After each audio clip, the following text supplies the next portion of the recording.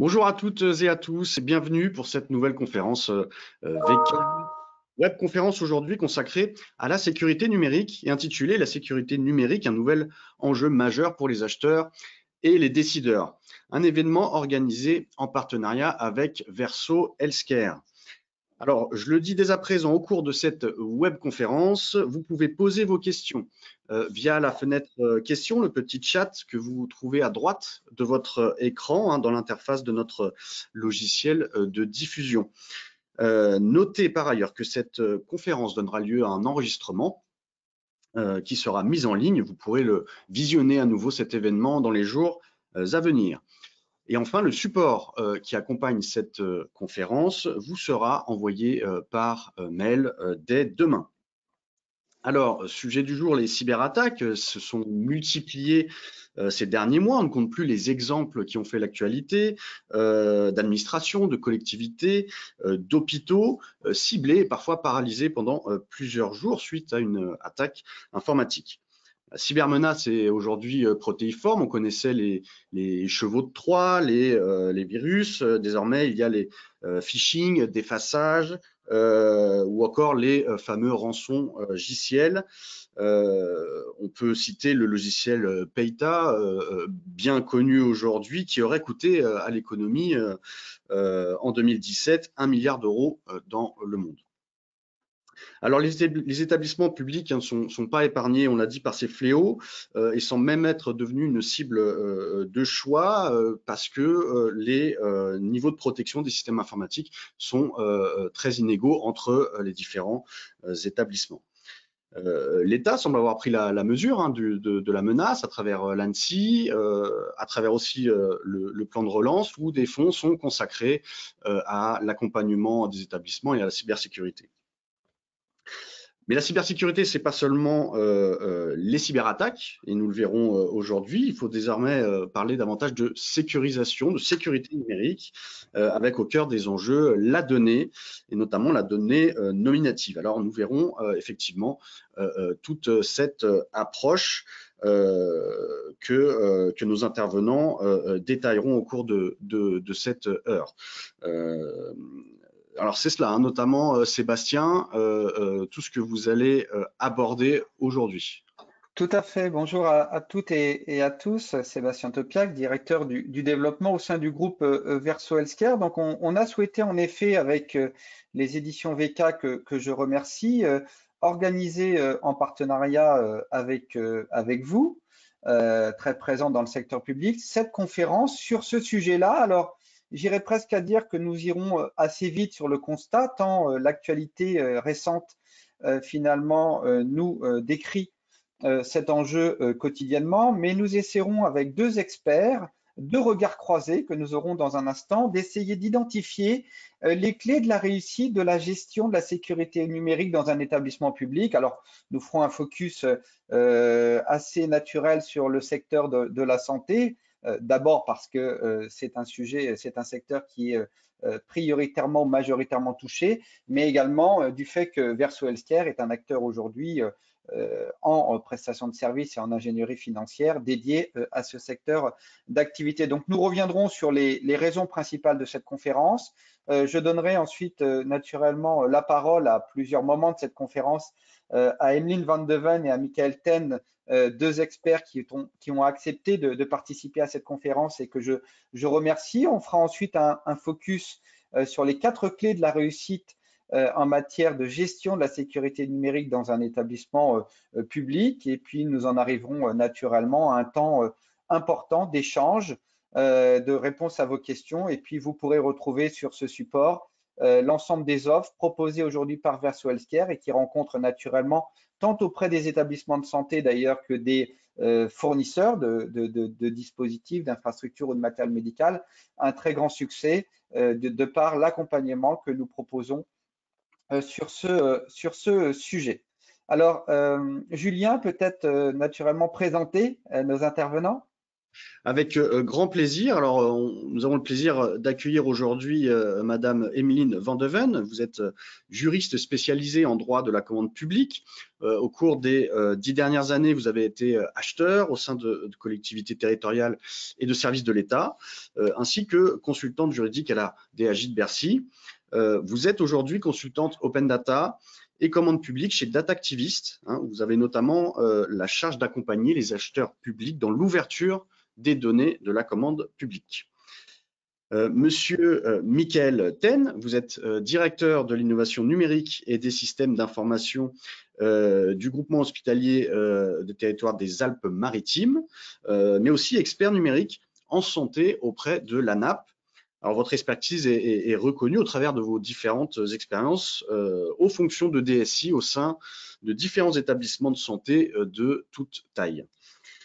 Et enfin, monsieur Sébastien Topiak, vous êtes ingénieur biomédical de formation. Vous avez passé près de 20 ans à l'UGAP en tant que directeur délégué à l'innovation et directeur santé notamment. Et vous êtes aujourd'hui en charge du développement du groupe Verso Healthcare. Alors, quelques mots sur Verso Healthcare, groupe français indépendant et acteur majeur du secteur de la santé. Qui compte aujourd'hui de nombreux experts répartis au sein d'agences sur toute la France, mais aussi en Italie, au Benelux, en Espagne et en Suisse. Verso accompagne les professionnels de santé dans le déploiement, l'optimisation et la disponibilité de leur plateau technique, et ce sur les composantes économiques, l'achat, le financement, l'infogérance et la reprise, le côté technique, système d'information notamment, et organisationnel, et enfin réglementaire, tout ce qui est effectivement sécurité des données, ce qui nous intéresse particulièrement aujourd'hui. Vous êtes par ailleurs Sébastien Topiak, administrateur de l'APASP, l'association pour l'achat dans les services publics, et enfin expert VK dans le domaine de l'achat public et par là même intervenant régulier à nos webconférences. Donc pour certains membres du public aujourd'hui qui vous connaissent certainement. Vous serez l'animateur de cette webconférence. Donc j'en profite pour vous remercier dès à présent. Vous souhaitez une très bonne conférence et je vous passe la main sans plus tarder. Très bonne conférence à toutes et tous. Merci, merci Julien. Peut-être, puisque nous avons présenté nos intervenants, peut-être Emeline, que je remercie, peut-être un petit mot sur les activités d'Adactivist, qui n'est peut-être pas une structure connue ou très connue aujourd'hui dans le secteur public. Alors bonjour à toutes et à tous, merci pour les propos d'introduction et de m'avoir convié à cette conférence. Donc en effet, j'ai rejoint Datactivist il y a 6 mois maintenant. Datactivist est une SCOP qui a été créée il y a un peu plus de 4 ans maintenant, en 2016. On est 18 consultants aujourd'hui et associés. Et donc Datactivist a 3 missions principales. La première étant l'accompagnement des acteurs publics dans l'ouverture de leurs données. On a principalement une mission d'accompagnement, ensuite une mission de formation et puis une mission de médiation des données. La médiation des données, c'est quoi? C'est par exemple l'organisation de hackathons. Et on en organise un en fin de semaine sur hackathon Covid pour mieux utiliser les données liées à la crise sanitaire et en proposer de nouveaux usages. Donc, pour tous ceux qui sont intéressés, qui seraient dans le public aujourd'hui, ça se passe le 23 et 24 avril. Et si le sujet vous intéresse, il est toujours temps de s'inscrire pour participer à ce hackathon. Et moi, au sein de Datactivist, j'ai la charge d'accompagner les acheteurs publics dans l'ouverture des données de la commande publique, les données essentielles, évidemment, mais pas que. Les données qu'on appelle aussi les données étendues, qui sont les données de programmation achat et également les données d'exécution des marchés publics et concessions. Merci, merci Emeline. Michael, on va naturellement évoquer l'hôpital GHT06, un des plus importants GHT de France. Peut-être, Michael, nous présenter finalement ce GHT qui, nous le verrons d'ailleurs, a fait entre guillemets la une de l'actualité. Dans quelques minutes, nous en parlerons, mais peut-être quelques mots naturellement sur vos fonctions et ce GHT, Michael. Très bien, merci Sébastien, bonjour à toutes et tous et également merci de me convier à cette conférence pour partager nos expériences hein, et nos avis sur ces sujets qui sont, comme vous le disiez, là au cœur de l'actualité. Donc, le groupement hospitalier des Alpes-Maritimes, en fait, c'est un regroupement des hôpitaux publics qui est découpé sur un département. Donc, ça, c'est une particularité en PACA. On a des GHT qui sont départementaux. Ça regroupe 13 établissements de santé de différentes tailles, un CHU, le CHU de Nice, des établissements déjà de belle taille, hein, comme Antibes, Cannes, Grasse et Menton, et également des établissements qu'on pourrait appelés ex-hôpitaux locaux ou hôpitaux de proximité qu'on va retrouver dans le haut pays. Alors, on a je ne vais pas vous commenter les chiffres, hein, vous savez lire aussi bien que moi, vous avez à peu près comme ça idée de la taille et de l'activité et de l'étendue de ce GHT. On est un GHT qui a une particularité, c'est que nous avons des établissements qui sont assez proches d'un point de vue géographique sur toute la bande du littoral, avec un nombre de patients qui explose littéralement pendant les périodes estivales. Vous en doutez, c'est la Côte d'Azur. On multiplie les populations par X et donc nécessairement on multiplie les patients par X. Donc même si nos établissements sont assez proches sur la côte, en définitive, compte tenu du nombre de personnes présentes l'été et des temps de trajet et des activités de chacun, chaque établissement reste bien autonome sur son bassin de patientèle. L'autre particularité, c'est, comme je vous le disais, les établissements du haut pays, qui sont des établissements de proximité, qui sont assez éloignés de l'ensemble des sites. Le CHU étant établissement de recours pour la prise en charge des patients, il faut savoir que beaucoup de transports se font par hélicoptère et pas que quand on a des problèmes d'inondation. Hein, on a aussi ce moyen de transport quand il s'agit de prendre en urgence des patients, parce que par la route c'est bien trop long. Et donc on a besoin d'outils pour faciliter la prise en charge de nos patients, faciliter la transmission et le partage d'informations sur le territoire. Et c'est pour ça que le numérique au sein du GHT 06 est très présent et très important. Alors à l'instar du numérique dans les groupements hospitaliers de territoire de France, hein, et particulièrement chez nous parce que c'est un outil qui permet de réduire les distances et de prendre en charge le plus rapidement possible les patients et garantir une offre de soins de qualité et réduire la perte de chance. Merci beaucoup, Michael. Et on verra tout à l'heure que l'approche territoriale est un enjeu majeur en sécurité numérique et le déploiement des 136 GHT a naturellement renforcé cette notion de territoire en matière d'approche numérique. Alors, quelques mots sur Verso Healthcare et nous en avons parlé, Julien en a parlé, donc un acteur aujourd'hui présent sur l'ensemble du territoire et donc nous accompagnons bien sûr les professionnels de santé, mais aussi beaucoup de fournisseurs du secteur de la santé dans l'ensemble des enjeux liés à l'ingénierie financière, mais également à la sécurité numérique. Vous aurez loisir de découvrir sur cette présentation l'ensemble de nos activités. Nous intervenons notamment dans le domaine de la sécurité numérique, de la cybersécurité et de l'hébergement des données de santé, puisque nous sommes certifiés ISO 27001 et HDS. Alors, pourquoi cette conférence? Et pour finalement guider nos propos, nous allons vous inviter à répondre à une première question, à un premier sondage, et je crois que Michael pourra naturellement commenter de par son expertise en la matière. Et cette première question est la suivante. Quels sont pour vous les risques majeurs liés à la déficience d'un équipement ou d'une infrastructure au sein de votre établissement public ou au sein de votre entreprise d'ailleurs, puisque la sécurité numérique touche aussi les donneurs d'ordre privés, des usines et des entreprises. Donc, on va vous laisser quelques secondes pour répondre à cette question à choix multiples et puis nous commenterons dans un instant vos réponses.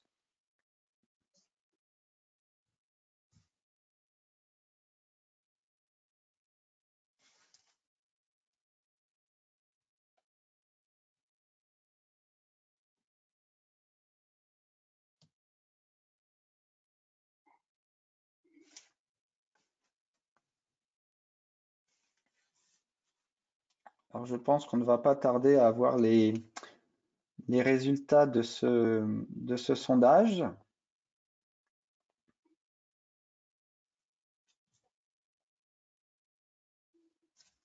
On va vous laisser encore quelques quelques secondes pour y participer.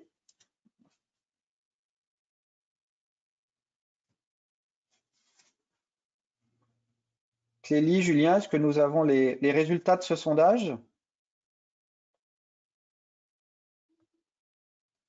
Alors Sébastien, moi je les vois affichés, hein. Je ne sais pas, Michael. D'accord.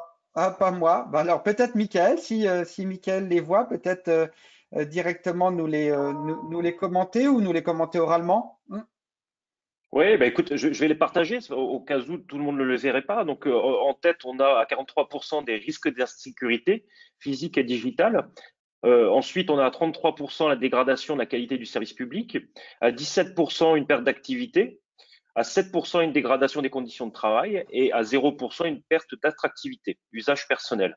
Donc on voit que ce qui ressort le plus, c'est le risque d'insécurité physique et digitale, suivi de très près par la dégradation de la qualité du service public. Alors, comme tu le disais, Sébastien, alors retour sur expérience plus ou moins heureux. Alors expérience que j'ai pu connaître dans mes établissements, mais aussi partagée avec les collègues hospitaliers autour. Vous en avez entendu de ces problèmes de cyberattaque. Et moi, j'irai un peu plus loin que la cyberattaque. Hein. On est bien sur la déficience d'un équipement. On parle beaucoup de cyberattaque et j'ai un exemple très précis en tête qui est survenu pas plus tard que ce week-end. Dans un de mes établissements, on a une perte de service comment dire un lien réseau qui nous a dégradé le service lié au réseau. Alors ça arrive dans des établissements de santé, comme ça peut arriver d'ailleurs dans d'autres structures.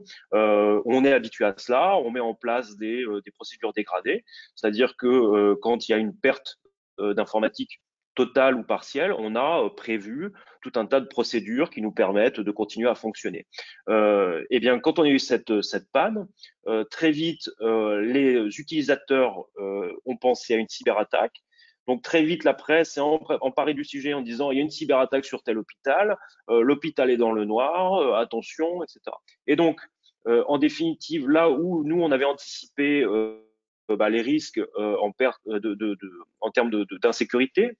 On avait anticipé également les risques en termes de dégradation de la qualité du service public. Eh bien, très vite par des mauvaises communications hein, qu'on ne maîtrisait pas. Enfin, en tout cas, dans un premier temps, on les a pas maîtrisées. On s'est retrouvé un peu à devoir gérer ces communications malheureuses autour de l'hôpital cyberattaqué. Voilà. Et les utilisateurs qui avaient pourtant la procédure dégradée pensaient allez savoir pourquoi que la procédure dégradée n'allait pas fonctionner ou ne fonctionnait pas parce que cyberattaque. Or, on était vraiment sûr de la panne. Donc, qu'est-ce qu'on a dû gérer les problèmes effectivement liés à l'insécurité dans la prise en charge de nos patients. Alors, encore une fois, on a nos procédures dégradées, on a tout cela. On a dû gérer la communication interne autour de cette cette pseudo-cyberattaque, en tout cas de cette panne, communication externe également. Donc, vous doutez bien que quand il y a de la presse, forcément, on a les tutelles, on a le ministère, on a tout le monde. Qu'est-ce qui se passe vous êtes bloqué, vous êtes dans le noir. Voilà. Rassurer nos professionnels et rassurer nos patients quant à la qualité de la prise en charge, que c'était bien assuré et qu'on avait anticipé cela et que l'hôpital continuait à fonctionner. On pouvait toujours opérer, on pouvait toujours soigner et on pouvait toujours faire de l'imagerie. Voilà. C'est un point important, Michael, que vous évoquez et qui d'ailleurs ne se traduit pas totalement dans le sondage, puisque finalement la perte d'attractivité n'est pas ressortie comme un élément de conséquence, alors que vous l'évoquez bien, c'est que ce climat d'insécurité numérique permanent commence à influer sur l'attractivité de l'établissement vis-à-vis des patients et des usagers du service public, mais également des personnels de soins qui, naturellement, personnels devenus rares, regarde aujourd'hui dans quels établissements, naturellement, ils pourraient s'investir ou travailler. Et l'enjeu de la sécurité numérique, tant de leurs données personnelles d'ailleurs, y compris les leurs, que celles de leurs patients, est devenu un enjeu majeur. Et vous avez raison, nous travaillons beaucoup chez Verso Healthcare à accompagner des établissements privés et publics sur la partie communication de crise, communication avec les instances, communication avec les institutionnels. Et ça, c'est fondamental. Parce que comme vous l'avez vécu, j'allais dire, ce week-end, le premier sujet, c'est un sujet de réputation et c'est un sujet naturellement de communication parce que tout le reste, on se dit que finalement, vous l'avez bien géré. mais le risque finalement est assez fort sur la partie réputationnelle et communication. Et il est vrai qu'aujourd'hui, encore trop peu d'établissements se font accompagner sur ces sujets de communication de crise qui nécessitent une vraie expertise en matière de pilotage et de gestion. Alors, on évoquait l'attractivité, on évoquait naturellement le bon fonctionnement des services publics et on parle d'achat public, c'est l'objet de cette conférence. Clairement, aujourd'hui, la commande publique, l'achat public de prestations de sécurité numérique ou demeure quand même d'assurer l'efficience du service public. On parle beaucoup de budget, on parle beaucoup d'audit en matière de cybersécurité et de sécurité numérique. Rappelons-nous que la première mission d'un acheteur public et de la commande publique, c'est d'assurer l'efficience et la disponibilité du service public, naturellement d'en optimiser la dépense, nous le savons tous, et de contribuer aux politiques publiques. D'ailleurs, l'innovation est souvent aussi une source naturellement intéressante en matière de sécurité numérique, innovation que ce soit dans les solutions ou d'ailleurs dans les modèles économiques. Alors, on a beaucoup évoqué naturellement des enjeux majeurs pour le secteur de la santé et Michael Ten vient de le rappeler. Les coûts sont quand même très très importants. On estime aujourd'hui que le coût d'une cyberattaque qui vient bloquer aujourd'hui un hôpital et notamment un CHU est estimé, j'allais dire, à des montants qui peuvent atteindre plusieurs centaines de milliers d'euros et ce calcul est difficile puisque les impacts sont souvent directs et indirects. Et naturellement, la question, c'est pas de savoir aujourd'hui si les hôpitaux vont être attaqués.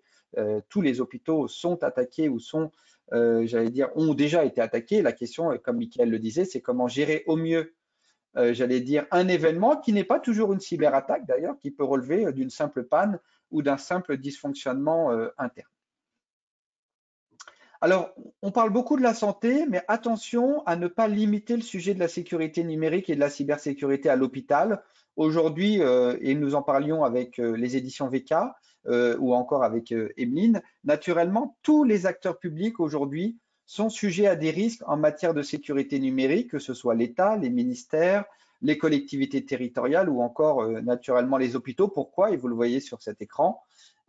Puisque tout se digitalise, le transport en commun se digitalise, les bornes d'accueil se digitalisent, la vidéosurveillance se développe dans les collectivités et naturellement, qui dit digital, dit naturellement aujourd'hui risque numérique. On sait que les dispositifs médicaux, par exemple à l'hôpital, représentent une source croissante de risques. D'ailleurs, l'Association française des ingénieurs biomédicaux a publié il y a quelques semaines un certain nombre de recommandations en matière de commande publique et d'achat public en la matière. Donc attention à ne pas limiter ce risque aux hôpitaux et nous le voyons d'ailleurs chez Verso Healthcare. Nous commençons à avoir des discussions avec des maisons de retraite, avec des EHPAD, parce que la digitalisation de l'environnement du long séjour est en train de devenir aussi, j'allais dire, un risque en matière de sécurité numérique. Donc, ces bouleversements d'ailleurs induisent de nouveaux comportements économiques et nous le vivons d'ailleurs chez Verso Healthcare puisque nous évoluons, nous, au sein du groupe, vers des modèles d'ingénierie financière liés à l'usage ou liés à la valeur d'usage. Et il est vrai qu'être propriétaire aujourd'hui d'un bien de plus en plus numérique et dont l'obsolescence est naturellement plus importante est une question qu'il faudra naturellement se poser. Alors, on va donner la parole de nouveau à Emeline et à Michael, peut-être sur ce regard croisé à la fois juridique et technique. Emeline, dans un premier temps, peut-être en synthèse, en quelques mots, nous resituer quels sont les éléments forts juridiques, réglementaires, impactés ou liés à la sécurité numérique. Alors, moi, je vais vous faire plutôt un focus sur la partie RGPD. Du coup, est-ce qu'on peut lancer, pendant que je commence mon propos, il y a une question après sondage et j'aimerais bien voir les résultats pour, du coup, mieux axer mon propos par rapport à vous qui nous écoutez ce matin. Merci beaucoup, Sébastien. Voilà, l'idée, vous le savez, ceux qui nous écoutaient ce matin, qui êtes sûrement en majorité des praticiens de la commande publique, l'acheteur public aujourd'hui, c'est évidemment avant tout un expert de l'achat et quelqu'un qui maîtrise le code de la commande publique et toutes les règles de la commande publique applicables, mais on le sait tous, selon l'objet du marché qu'on passe et l'objet de l'achat qu'on va porter, il y a tout un tas de réglementations qui s'appliquent selon le marché qu'on passe, et donc la sécurité numérique est une nouvelle thématique, ou en tout cas une nouvelle matière que l'acheteur doit avoir à l'esprit d'intégrer quand il passe une procédure. Alors évidemment, l'acheteur a déjà beaucoup à faire dans sa matière et ne peut pas devenir un expert de la sécurité numérique parce que non seulement il n'en a pas le temps, mais ça va pas être son métier premier. Donc mon propos ce matin, c'est plutôt de donner des recommandations et des supports sur lesquels l'acheteur peut aller, ou les praticiens de la commande publique intéressés peuvent aller se documenter, parce que si on ne peut pas ou ne doit pas devenir expert de la sécurité numérique, il faut quand même avoir des connaissances de base. Et je vois que le sondage donne une belle réponse, puisque vous avez pour majorité commencé à intégrer ou intégrer pleinement les dispositions relatives au RGPD dans les procédures de marché public. Alors, comment procéder et sur quels documents vous basez ? Tout d'abord, je dirais qu'il y a 2 partenaires indispensables avec lesquels il faut travailler au stade de la définition du besoin. D'abord le DPO, le Data Protection Officer, donc le délégué à la protection des données, que vous avez tous normalement dans vos structures respectives, puisque la désignation du délégué est obligatoire dans les administrations publiques.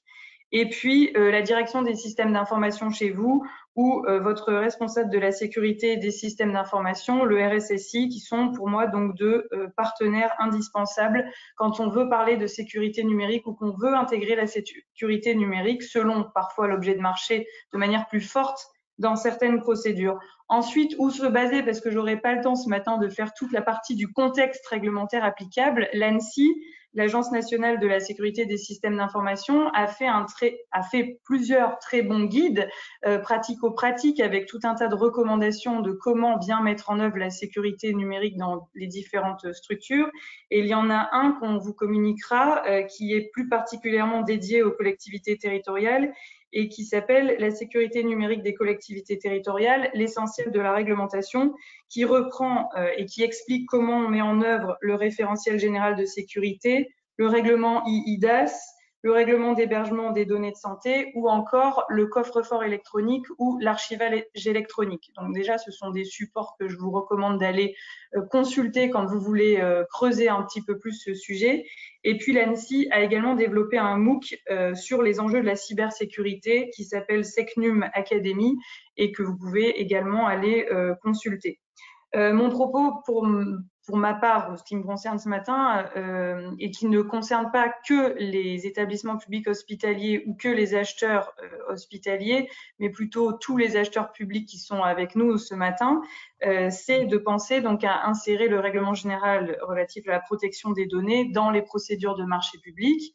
Ça va bientôt faire 3 ans en mai que le RGPD est entré en application. Et donc, la protection des données personnelles, on va dire, est devenue, je le vois ce matin et j'en suis ravie, un automatisme, en tout cas une matière qu'on insère dans les procédures d'achat public. Alors, deux principaux rappels. C'est une thématique qu'il faut avoir à l'esprit en amont de la passation du contrat, avec ce concept mis en œuvre par le RGPD qui préexistait un peu avant, mais qui a vraiment été mis en lumière, c'est le Privacy by Design. Donc, c'est l'idée que quand on crée un service ou qu'on achète un service ou outil ou etc. qui participe à un projet identifié, il faut s'assurer du respect de la protection des droits des données à caractère personnel des personnes dont les données vont être collectées dans le cadre de ce service. Et donc, ça veut dire qu'il faut penser RGPD dès la mise en œuvre de la procédure et tout au long de la passation du marché, et pas uniquement le jour où on va exécuter le contrat, et donc ne pas avoir oublié cette thématique en amont. Comment on procède? On en parle avec son délégué et puis on insère un clausier type qui a été élaboré par la CNIL, qui est accessible dans le guide du sous-traitant de la CNIL. Donc, il y a tout un clausier type à adapter à votre marché et à insérer dans les cahiers des charges particulières. Là, il faut bien avoir à l'esprit, mais je pense que vous l'avez puisque majoritairement vous avez intégré le RGPD dans vos procédures, Le responsable de traitement va être majoritairement l'acheteur ou celui qui passe une concession de service public. Et le sous-traitant ne va pas être le sous-traitant au sens du droit de la commande publique, mais le sous-traitant ici du RGPD va bien être notre titulaire de marché public ou notre concessionnaire. Également, avoir à l'esprit que dans le cadre d'une procédure de marché, on met en œuvre l'article 28 du RGPD, mais pas que. Et on y reviendra sur les autres thématiques qu'on va aborder après dans le regard croisé avec Mickaël. Il faut parfois penser à la mise en œuvre d'autres articles du RGPD, même si l'article 28, on va dire, est le principal. Et enfin, une fois qu'on a appliqué ce RGPD en début de passation de marché et qu'on l'a inséré dans notre procédure, l'idée n'est pas de s'en laver les mains quand on est en exécution de contrat, puisque la partie exécution contractuelle va être clé. Donc là, l'acheteur soit est un support de la direction opérationnelle qui passe le contrat, soit est directement en suivi avec le prestataire. Donc, deux seuls moyens de pression, on va dire, dont dispose l'acheteur à ce stade: prévoir des pénalités pour non-respect du RGPD et les appliquer quand des manquements ou des malveillances sont constatées à l'exécution.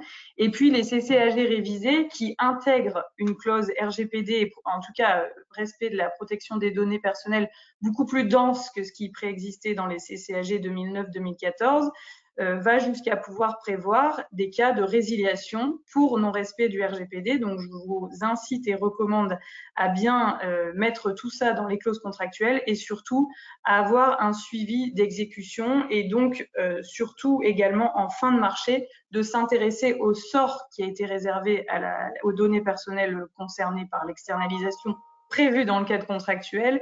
Si le sort est la destruction des données, voilà, eh bien, il faut bien être en possession en fin de contrat d'un PV, par exemple, attestant que le titulaire a bien détruit les données qu'on lui avait confiées. Voilà, s'il y a des questions sur cette partie-là, n'hésitez pas à les poser dans le chat et je passe la parole à Mickaël parce que je serai trop longue sur ce sujet-là, mais n'hésitez pas à vous exprimer par écrit.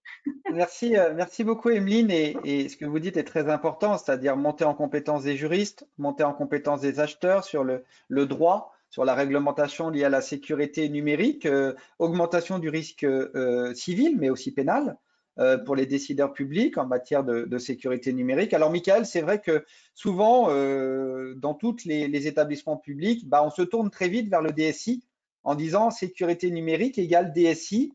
Mais naturellement, le sujet est bien plus complexe que cela. Quel est naturellement votre avis? Quels sont les points clés? Nous y reviendrons tout à l'heure, nous les détaillerons. Mais quels sont pour vous les points clés d'une bonne gestion de la sécurité numérique dans une structure publique? Merci Sébastien, merci Emeline. Alors effectivement, très rapidement, on se tourne vers le DSI en disant alors donc nous on a pensé au projet, maintenant sécurise la donnée. Je pense qu'il faut, ça se réfléchit ensemble cette sécurité et ça se travaille ensemble. Emeline a introduit le principe de privacy by design qui est présent aujourd'hui dans le RGPD. Je pense qu'on peut le transposer avec la sécurité informatique, c'est security by design. J'ai un projet. Comment je fais pour intégrer dès le départ et dès l'acquisition la réversibilité, qu'est-ce que je fais en cas de panne, qu'est-ce que je fais si j'ai une fuite des données, qu'est-ce que je fais si j'ai une perte en ligne. Voilà, je vous parlais tout à l'heure de procédures dégradées. Ces procédures dégradées, elles sont pas travaillées par le DSI, enfin, elles sont travaillées avec le DSI, mais c'est pas moi qui vais faire les procédures dégradées pour les utilisateurs. Donc, je pense que la clé en fait de voûte de cette prise en compte de la sécurité et de son intégration dès le départ dans l'acquisition et dans l'achat, c'est d'associer l'ensemble des parties prenantes et de réfléchir ensemble à comment on peut essayer d'anticiper le maximum possible les problèmes de sécurité. Je pense que ça reviendra beaucoup et j'enfonce une porte ouverte en disant ça parce que vous l'avez sans doute entendu très souvent dire, la sécurité en fait c'est une affaire d'anticipation, un peu à l'instar de ce qu'on retrouve dans l'aéronautique. La sécurité aéronautique en fait elle se fait avant que l'avion décolle, elle se fait pas une fois que l'avion est en vol. On a anticipé, on a des procédures, on a un plan de vol, on sait où se dérouter si éventuellement il y a une avarie pendant la route ou et les professionnels sont formés à réagir en cas de difficulté. Voilà. Donc je pense qu'il faut qu'on fasse la même chose sur le numérique. Il faut qu'on l'anticipe, il faut qu'on se prépare. Il faut former nos interlocuteurs et les informer sur les risques et les conséquences que pourrait engendrer une avarie informatique ou un problème de sécurité informatique ou une fuite de données. Emeline parle du RGPD, on parlait tout à l'heure d'images, une fuite massive de données sans forcément avoir une rupture, une coupure de la production, c'est-à-dire qu'on est toujours en capacité de prendre en charge nos concitoyens, nos patients. Une fuite massive de données, il va falloir gérer ça en termes d'image, en termes de confiance, en termes de… En termes de coût, tout en ça, termes de risque, en en termes en termes d'assurance, de bien coût, évidemment. exactement. Donc, Exactement. voilà, Exactement. donc vraiment l'affaire de tous dans un contexte, on le sait, où naturellement le droit se renforce. On parlait du RGPD, on a aussi la directive Nice, on a naturellement une digitalisation croissante, et puis les hospitaliers qui nous suivent savent aussi que le marquage CE, le nouveau marquage CE d'ailleurs qui rentrera en vigueur avec un an de retard suite à la crise sanitaire, intègre par exemple dans le champ des dispositifs médicaux les logiciels. Et ça, naturellement, c'est quelque chose qu'il faut maintenant mieux gérer, mieux piloter et pour limiter les risques naturellement sanitaires, cliniques, la responsabilité civile et pénale et les impacts budgétaires. Alors, on va en venir aux 4 clés de la réussite. En tout cas, celles que nous déployons, et nous avons naturellement échangé avec Emeline, avec Michael sur ces aspects, et sont des éléments clés de nos prestations d'accompagnement chez Verso Healthcare. La première, ça peut-être Michael revenir quelques instants dessus. La première, c'est d'approcher la sécurité numérique à l'échelle du territoire, alors du territoire de santé, mais aussi de la communauté de communes ou encore d'autres territoires. C'est-à-dire qu'on ne peut plus penser sécurité numérique établissement par établissement. Oui, tout à fait. Alors, pour les non-hospitaliers, on a depuis maintenant 3 ans une directive qui nous pousse à converger, notamment les systèmes d'information, au sein d'un groupement hospitalier de territoire, qui peut être départemental ou d'ailleurs interdépartemental, suivant le découpage qui a été fait sur le bassin de population. Et donc, notre objectif, en tout cas notre consigne, c'est un applicatif unique par domaine fonctionnel. Dans l'applicatif, on va entendre l'applicatif qui est au cœur de la prise en charge du patient. Donc, on va converger nos systèmes d'information et donc chaque établissement jusqu'à présent avait son propre SI, sa propre politique de sécurité des systèmes d'information et sa propre application de cette politique de sécurité, ses propres fournisseurs, ses propres marchés avec les clauses ou non d'ailleurs autour de la sécurité informatique ou du RGPD. Voilà. Donc là aujourd'hui, il faut qu'on ait une approche beaucoup plus territoriale, beaucoup plus fédérative autour de la sécurité, qui nous oblige à penser les nouveaux projets convergents avec des politiques de sécurité à appliquer à ces projets convergents, qui doivent prendre en compte également l'existant. On ne va pas du jour au lendemain switcher, basculer l'ensemble des systèmes vers un système unifié et unique. Il va y avoir des étapes. Donc, il faut que dans ce chemin de convergence, on puisse intégrer le fait que, on va faire converger des établissements et des systèmes d'information qui sont plus ou moins sécurisés. Et donc, penser d'ores et déjà cette sécurité avec des partenaires et avec potentiellement des points que, alors pas qu'on ne maîtrisera pas, mais qui seront pas forcément dépendants du projet, enfin en tout cas dans le projet initial, qui interdépendra de l'ensemble des établissements. Par ailleurs, comme je vous le disais, on est tenu de faire converger uniquement les dispositifs qui sont au cœur de la prise en charge du patient. On va conserver dans chaque établissement un système d'information financier, RH, voilà, qui va avoir ses propres potentielles failles, on va dire ça comme ça, et qui va être connecté. Enfin, tout ça va être mis en réseau sur une plateforme. Donc, il va falloir qu'on puisse anticiper tout ça et encore une fois essayer d'avertir d'expliquer aux professionnels l'impact potentiel que peut avoir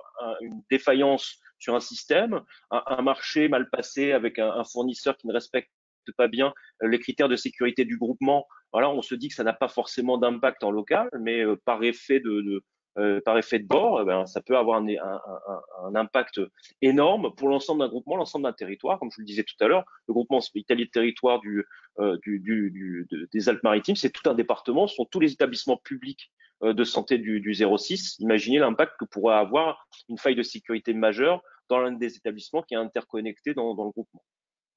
Ça, c'est important, Michael, ce que vous dites, et ça pose naturellement deux questions importantes. C'est naturellement que les fournisseurs d'infrastructures, de matériel, et nous en accompagnons de plus en plus chez Verso, j'allais dire, intègrent cette vue territoriale dans leur réponse aux appels d'offres et intègrent de plus en plus d'ailleurs une expertise et une offre en matière de solutions numériques et de prévention numérique. Et ça pose aussi la question qu'on évoquera au point 4, c'est naturellement une parfaite connaissance via des audits de l'ensemble de son parc de matériel médical et de ses infrastructures informatiques sur l'ensemble du GHT pour naturellement auditer, mesurer, définir la criticité de l'ensemble des équipements. Nous le faisons d'ailleurs à titre d'exemple sur deux GHT.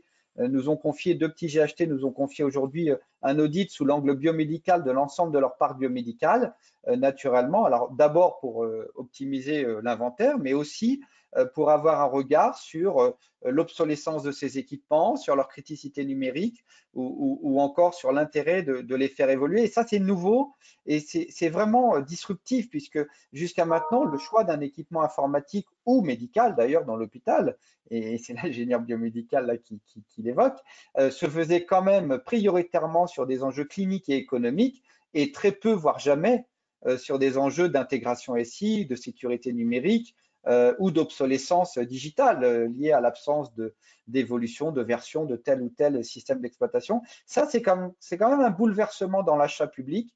Acheter aujourd'hui des prestations d'autobus, d'autocars, de vidéosurveillance ou encore des équipements médicaux ne peuvent plus se faire sans anticiper en sourcing, dans la procédure d'achat, mais aussi lors de l'exécution, l'ensemble des impacts liés à la sécurité numérique. Ça, c'est un point important. Emeline, peut-être un commentaire sur ce sujet. Alors, en plus, on est dans un domaine de la data et d'une data qui circule et d'une data qui n'a plus de lieu d'ailleurs, qui n'a plus d'endroit. Quel est peut-être au regard de cette expérience chez Datactivist, votre regard? Sur cette question-là, pas vraiment de choses à ajouter sur cette partie, et ça sera plutôt dans les prochains points qu'on va aborder. Mais j'avais juste une remarque complémentaire par rapport à ce qu'a dit Michael, puisque là, la territorialisation de l'achat, elle va pouvoir concerner au-delà des acheteurs hospitaliers, les acheteurs dans leur globalité. Et ça me fait penser à un point d'attention particulier sur l'application du RGPD. Quand vous achetez en groupement de commandes, notamment, ou que vous appartenez à des structures de mutualisation de l'achat public, ce qui se fait de plus en plus, que ce soit au niveau intercommunal, etc., via les établissements publics de coopération intercommunale ou des services des achats de l'État, par exemple, via les plateformes régionales des achats de l'État, qui sont, pour ceux qui ne connaissent pas, la direction des achats de l'État en région, donc qui achètent de manière mutualisée pour les services déconcentrés de l'État.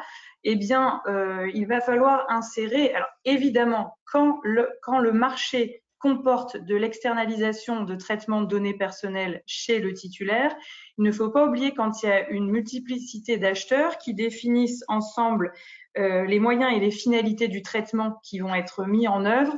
Alors, on a l'article 26 qui va trouver à s'appliquer du RGPD sur la co-responsabilité ou les responsables conjoints de traitement. Et c'est une partie du RGPD qu'il faut penser à intégrer dans les conventions de groupement de commandes. Voilà, c'était une petite alerte particulière pour dire que certes, on applique surtout l'article 28 du RGPD dans l'achat public, mais il ne faut pas oublier ce petit article 26 qui a toute son importance parfois sur certains traitements de données à caractère personnel. C'est ma seule remarque sur cette partie-là. Vous avez raison. Et acheter ensemble, c'est aussi exécuter le marché ensemble. Souvent, de plus en plus, notamment en ce qui concerne le traitement des données. Alors, c'est vrai que les questions des participants sont rares, mais toujours de très grande qualité. Et donc, Marc, qui vient de nous poser une question, connaissait probablement la présentation, puisque Marc évoque il nous remercie d'ailleurs, merci Marc, sur le caractère indispensable de la coopération de tous les acteurs, acheteurs, juristes, RSSI, DSI, opérationnels.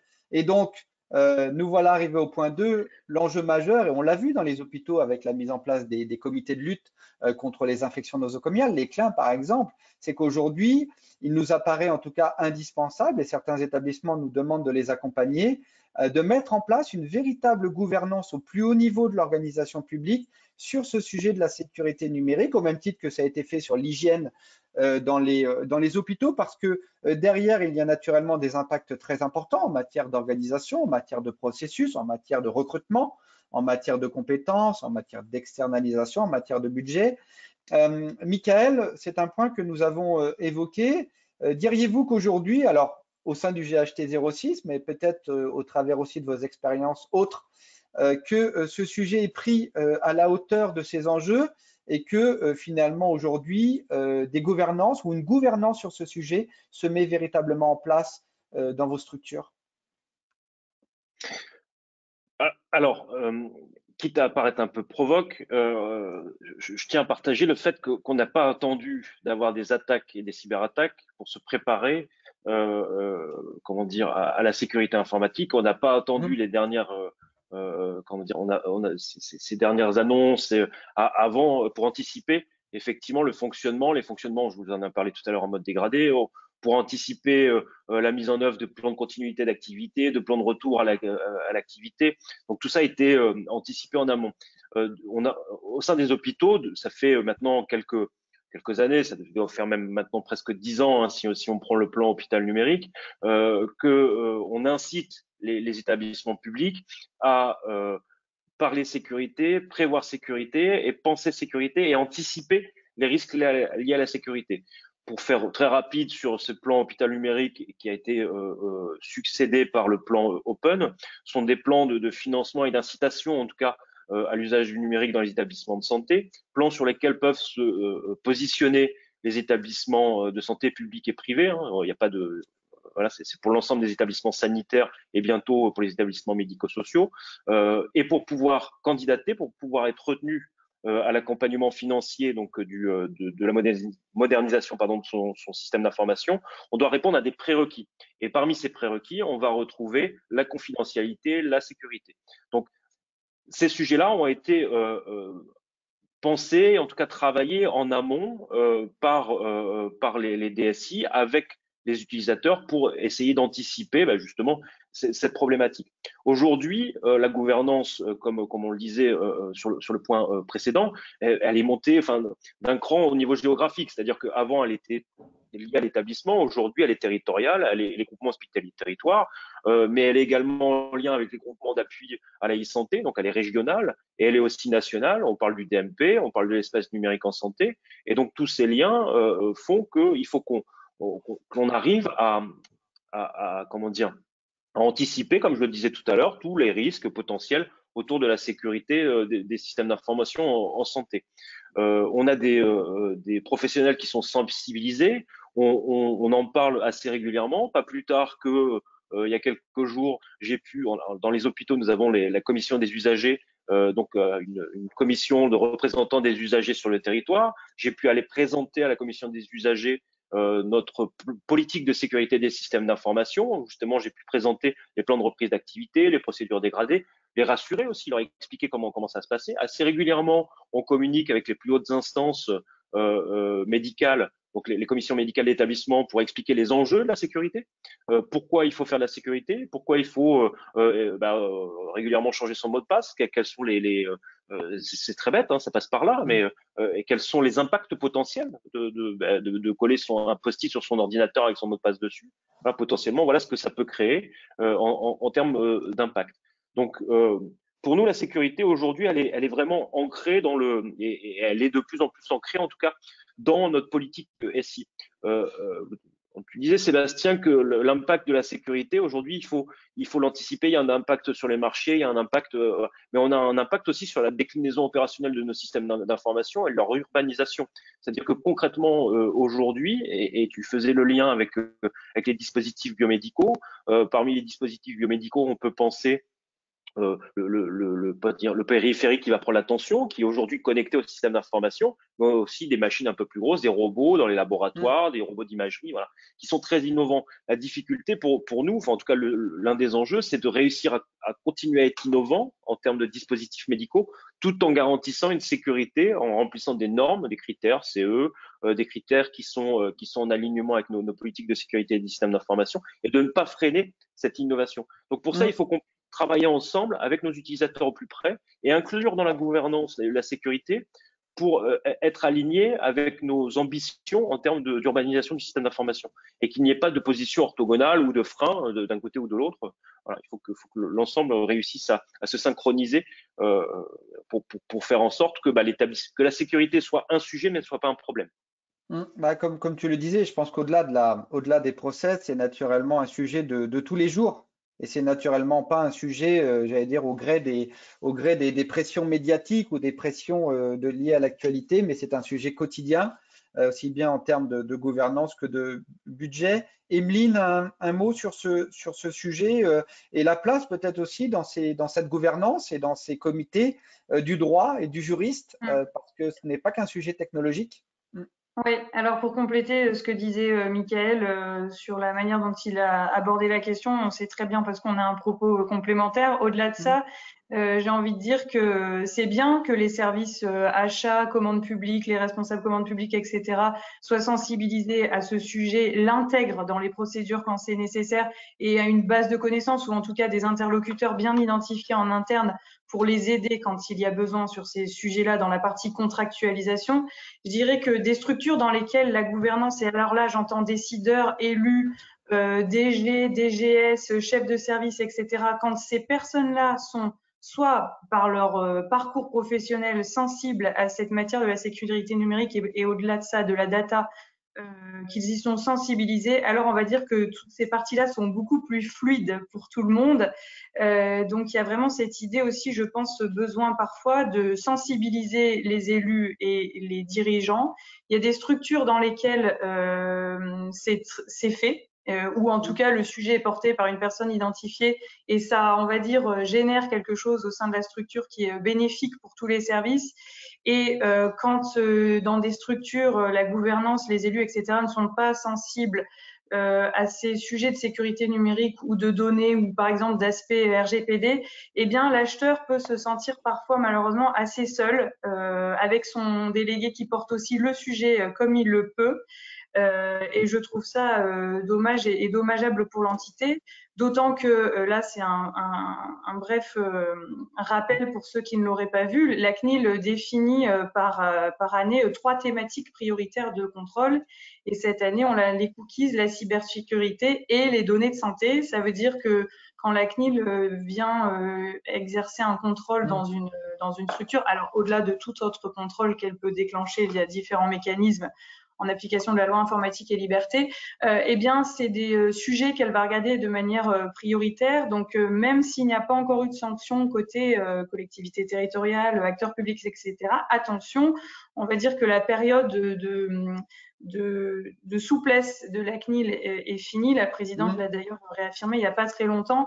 Donc, sur ces sujets-là, données de santé, cybersécurité, cookies, être vigilant aux recommandations qui ont été émises et en tout cas être en mesure de prouver qu'en interne, il y a une mise en conformité qui est faite, il y a une démarche de mise en conformité au RGPD de Accountability qui est mise en œuvre et tracer toutes ces démarches. Et donc, le DPO ou l'acheteur ne peuvent pas être seuls. Il faut qu'ils soient, à mon avis, soutenus au niveau gouvernance et j'entends au niveau élu et direction. Et c'est essentiel d'ailleurs pour être très positif. On voit émerger des appels d'offres sur ce sujet, sur des missions d'accompagnement à la gouvernance liée à la sécurité numérique. Nous avons eu la chance d'ailleurs d'en remporter un il y a quelques mois pour un hôpital ultramarin qui donc nous y avons été, enfin, en tout cas nos experts y ont été, pour accompagner la direction du centre hospitalier sur la bonne compréhension des enjeux, la bonne appréhension et naturellement sur l'adaptation de solutions au contexte local. Et on peut imaginer d'ailleurs qu'un hôpital en région ultramarine peut aussi avoir un certain nombre de spécificités en matière de sécurité numérique, voire parfois du fait qu'il soit le seul hôpital dans un rayon assez important. naturellement. Et donc, on voit émerger, en tout cas, cette prise de conscience et c'est une bonne chose. Alors, on en a beaucoup parlé en préparant cette conférence et je pense que l'ensemble de nos auditeurs nous rejoindront. Il est probablement nécessaire en France peut-être ou en Europe, bien plus qu'ailleurs d'ailleurs, que nous approchions enfin la donnée comme une opportunité, comme une valeur, alors en matière médicale, dès lors qu'elle est anonymisée bien sûr, et non en risque. Et c'est vrai que le sujet de la sécurité numérique, et Mickaël le disait très bien, attention à ne pas se refermer, attention à ne pas verrouiller les connexions. On voit encore aujourd'hui, on commence à voir des hôpitaux qui ne veulent pas ou qui refusent la mise en place de télémaintenance de matériel médical pour naturellement ne pas créer de lien avec l'extérieur. Mais on sait qu'aujourd'hui, un équipement médical, par la maintenance prédictive ou préventive, a une plus grande disponibilité. Donc ça, c'est quelque chose que nous avons partagé. Il y a des risques, mais il faut d'abord, et je pense, Mickaël et Emeline, vous nous le direz, que la donnée est une opportunité en collectivité, une opportunité à l'hôpital, et que si l'on approche le sujet de manière professionnelle et pérenne, et de manière pérenne, eh ben, probablement que la donnée est à voir autrement que comme un risque en matière de rançon ou de perte. Emeline, Mickaël? Oui, effectivement, Oui. Oui, effectivement, c'est enfin, je pense que dans le monde de la santé, c'est où on parle de plus en plus d'intelligence artificielle, d'aide à la prise de la décision par des algorithmes. Alors, on parle d'IA, mais on a beaucoup plus aujourd'hui de machine learning ou de deep learning que réellement d'IA. Mais c'est une vraie opportunité, effectivement, cette donnée. Ça permet. Pourquoi on informatise les dossiers patients et qu'on a accéléré le numérique dans les établissements? Pourquoi on connecte les dispositifs biomédicaux? C'est pour pouvoir avoir ce data lake qui nous permettra après d'aller piocher pour soit améliorer la prise en charge des patients, soit faciliter leur prise en charge et faciliter le travail de nos soignants via des aides à la prise de décision. Alors attention, je le dis et je le redis dès qu'on me donne l'occasion d'en parler, donc je le dirai là, il n'est pas question que la machine se substitue au médecin ou se substitue à l'homme, on n'en est pas là, et je pense que, enfin, c'est très personnel, on n'en sera jamais là, on aura toujours une action humaine en amont, en aval, et donc cette donnée, c'est une opportunité et non un risque, effectivement. De plus, si on verrouille le système, ce qu'on disait tout à l'heure, nos utilisateurs, nos usagers ont énormément d'imagination pour contourner. Je pense qu'on a tous vu des blagues sur LinkedIn ou sur d'autres réseaux sociaux autour de la sécurité informatique et comment on peut contourner et comment on peut réussir à passer dans le chat de l'aiguille pour réussir à faire ce qu'on veut avec ces données. Vous allez pouvoir sécuriser, verrouiller vos données. Si à un moment donné, l'utilisateur ne peut pas travailler sur votre SI, eh ben, il va prendre une clé USB, il va faire un export sur Excel, l'envoyer par WhatsApp, ou que sais-je, sur une autre plateforme, voilà. Et très vite, la donnée va circuler, va fuiter, etc. Ce sera non maîtrisé. Donc, de l'idée et on y revient de la security by design, pensons dès le départ sécurité des données, mettons en œuvre des systèmes qui soient fiabilisés, sécurisés et qui permettent à nos utilisateurs de travailler correctement sur cette donnée, de l'exploiter et de faire en sorte qu'on puisse faire de l'innovation. Il n'y a pas d'innovation sans les données produites, c'est pas possible. La donnée, c'est le terreau, c'est la graine, en tout cas, qui permet de faire pousser des usages, quoi. Donc, sécuriser, oui, bloquer, non. D'accord, c'est une très jolie citation. En tout cas, merci, merci Mickaël. Je vois que l'heure tourne, on va avancer. À moi, Emeline, tu souhaitais peut-être préciser certains points. Sur cette partie, oui, rapidement, dire que, quand on est sur de la donnée à caractère personnel, évidemment, on sécurise au maximum, on n'ouvre rien et on applique le RGPD et on est d'autant plus vigilant sur les données personnelles de santé qui sont des données sensibles et pour lesquelles il y a tout un tas de choses, d'articles fortement intéressants sur le site de la CNIL à lire. Donc, on ne fait évidemment pas n'importe quoi avec des données à caractère personnel, mais sur la donnée en général et notamment celle qui est au cœur de la crise sanitaire, qui est la donnée de santé, eh bien là, on a l'application de la loi pour une république numérique que Datactivist met en œuvre de manière proactive tous les jours en accompagnant plein d'acteurs publics. Et là, c'est tout l'enjeu de l'open data, mais d'ouverture des données de santé, des données détenues par les administrations, publiques, des données de la marchés commande publique. Voilà, pour créer des nouveaux services, penser à des réutilisations qui n'ont pas été faites jusqu'à présent, mieux piloter sa politique achat en connaissant mieux ces données et donc mieux les porter aussi, mieux les diffuser à destination des opérateurs économiques. Et donc, sur tout ce qui est données de santé, on a le Health Data Hub qui est un GIP et qui contribue voilà, à toute cette transparence des données de santé avec tout un cadre évidemment très précis puisqu'on est dans de la donnée qui peut très vite devenir de la donnée sensible. Et puis, l'utilisation de données pour, voilà, j'en ai parlé en début de webinaire, d'organisation d'un hackathon en fin de semaine sur comment sortir de cette crise du Covid-19 avec l'usage de, par exemple, ces données pour mieux suivre les malades, pour avoir une campagne vaccinale encore plus fluide ou comment mieux suivre les chiffres de la crise sanitaire. Voilà tout un tas d'exemples de réutilisation de données rendues publiques. Ah, nous pourrions faire, Emeline, merci, une conférence sur comment aurait pu être gérée la crise sanitaire avec une autre approche de la donnée, mais nous nous rendrons rendez-vous, nous donnerons rendez-vous sur un autre événement, tant le sujet est naturellement, je pense, vaste et Oui. passionnant. Alors, pour finir sur les 4 clés de la réussite, c'est naturellement, toutes ces données, elles sont issues aujourd'hui de technologies, d'infrastructures, de diagnostics, d'analyse, de machine learning. Et aujourd'hui, naturellement, l'autre point important, c'est naturellement, et on en parlait avec Michael, et c'est un enjeu fort pour les DSI, pour les ingénieurs hospitaliers, ingénieurs biomédicaux, c'est d'avoir une parfaite connaissance naturellement de son parc. Alors, pas uniquement sous un angle inventaire traditionnel, c'est-à-dire localisation, numéro de série, marque, modèle, etc., mais d'avoir, et on voit certains hôpitaux commencent à le déployer, nous en accompagnons quelques-uns, sur une lecture sécurité numérique du parc et une gestion de ce parc au regard de l'obsolescence digitale ou,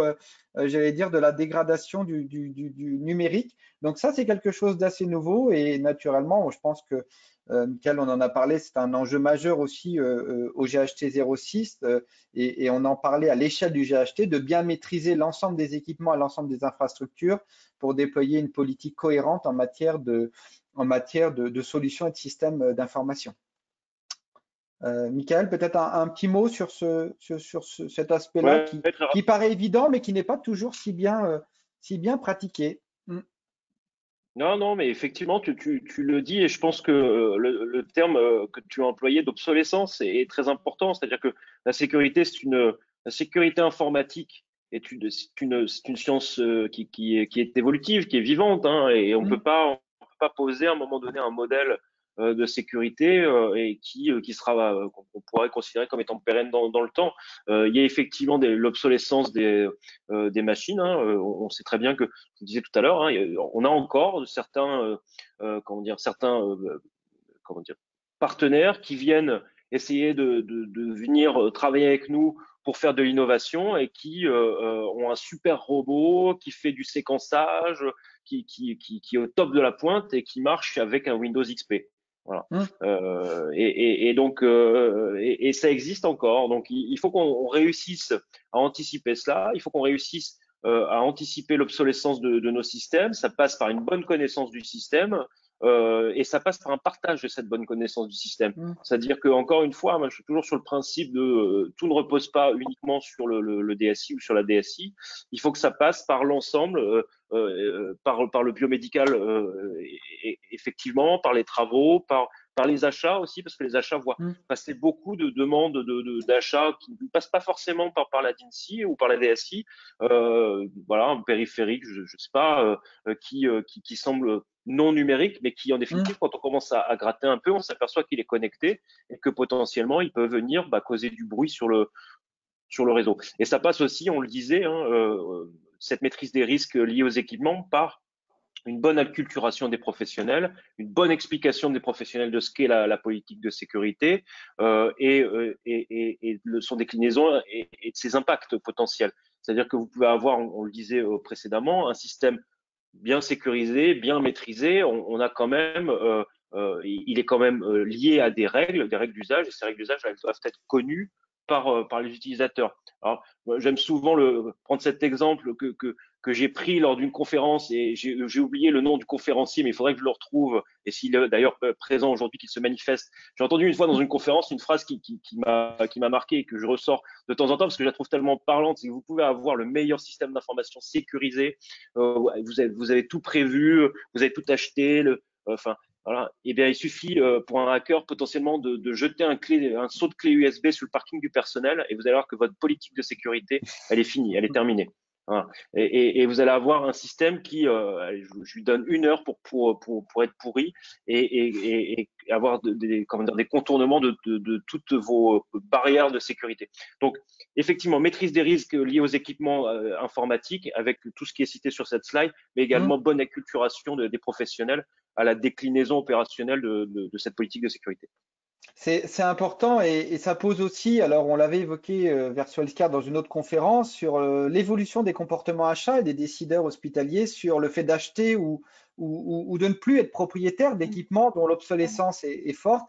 Et on le voit hein, sur les équipements informatiques ou biomédicaux de haute technologie, on voit naturellement se développer, nous en sommes un acteur, c'est pour ça que je le cite, naturellement des modèles de pay-per-use ou des modèles à l'usage qui permettent d'avoir toujours la dernière technologie, non pas obligatoirement la plus performante d'un point de vue clinique, mais aussi la plus sûre, entre guillemets, d'un point de vue sécurité numérique. Donc, il est clair que la sécurité numérique impacte aussi de plus en plus les comportements achats et l'évolution. Alors, c'est vrai dans les hôpitaux, un peu moins vrai encore dans les collectivités pour des raisons de FCTVA d'ailleurs, vers des modèles locatifs. Alors, on arrive au terme de cette conférence. Alors, les questions ont été peu nombreuses, mais c'est sûrement en tout cas que Emeline et Michael ont été à la fois très bons et très clairs, mais personne n'en doutait naturellement.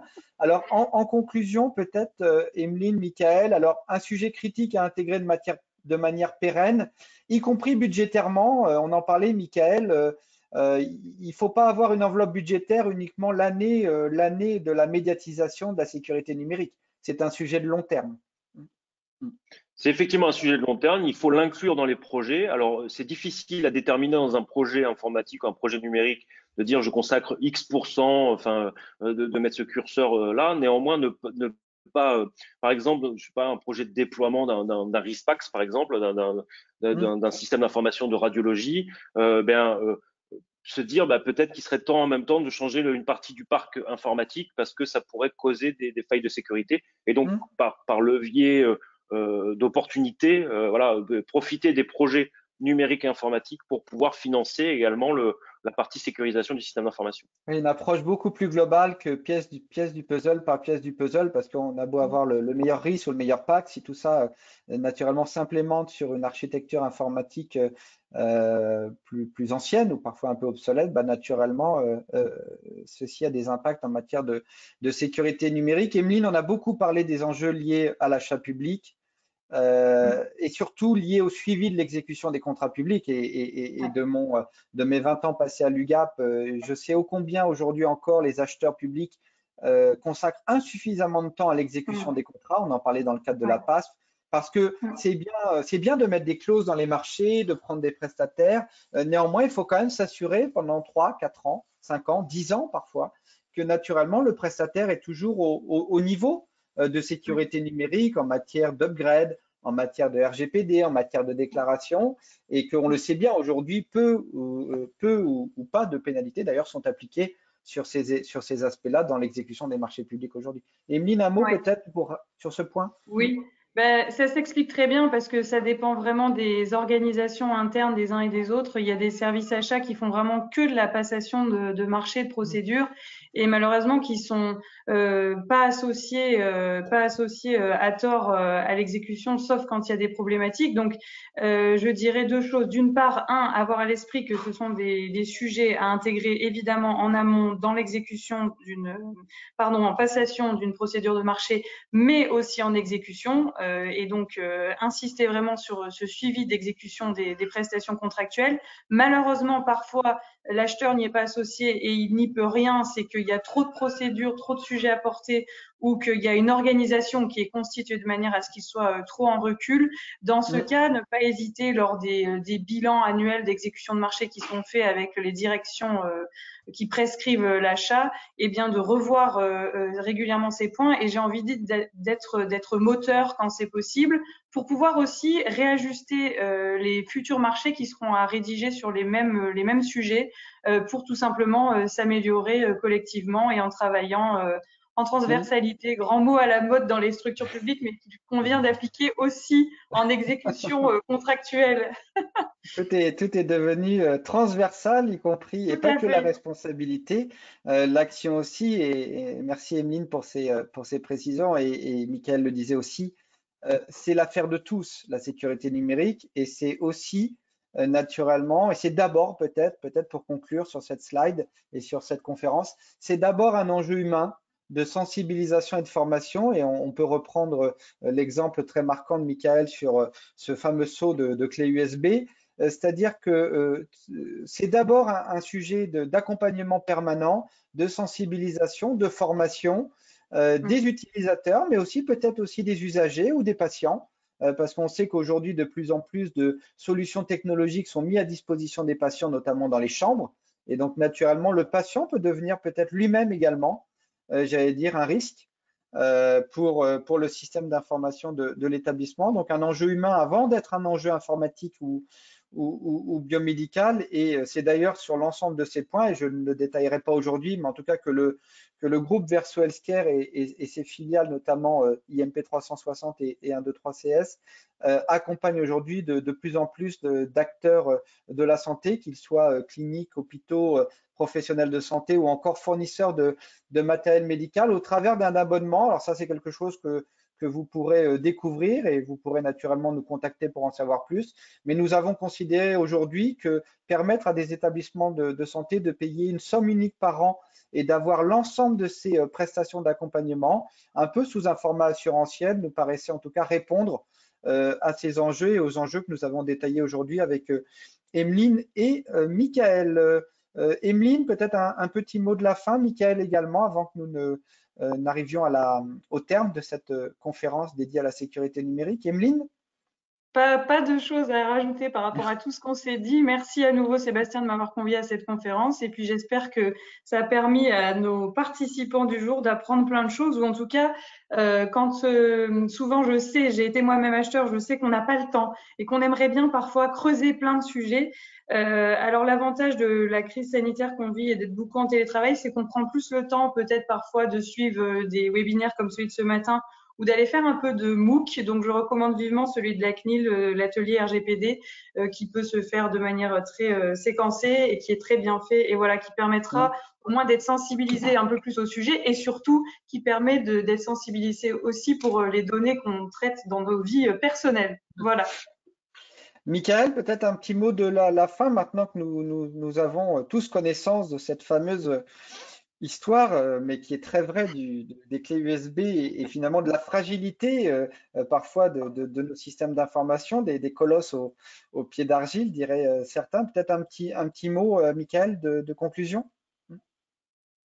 Oui, déjà, je m'associe à Emeline pour vous remercier déjà les participants de leur écoute et de de m'avoir associé à ces réflexions. Je suis toujours content et toujours heureux de venir parler de sécurité informatique sans avoir à l'aborder sous un point de vue technique et parler de SSH, de MD5, d'ISO 27001, etc. Voilà, mais plutôt des usages et de la déclinaison opérationnelle de la sécurité. Voilà, j'ai un vœu pieux, ce serait peut-être de rendre le sujet de la sécurité informatique un peu plus sexy, un peu plus intéressant pour qu'on puisse justement faire en sorte qu'il soit l'affaire de tous et de toutes et qu'il soit intégré dans l'ensemble des process.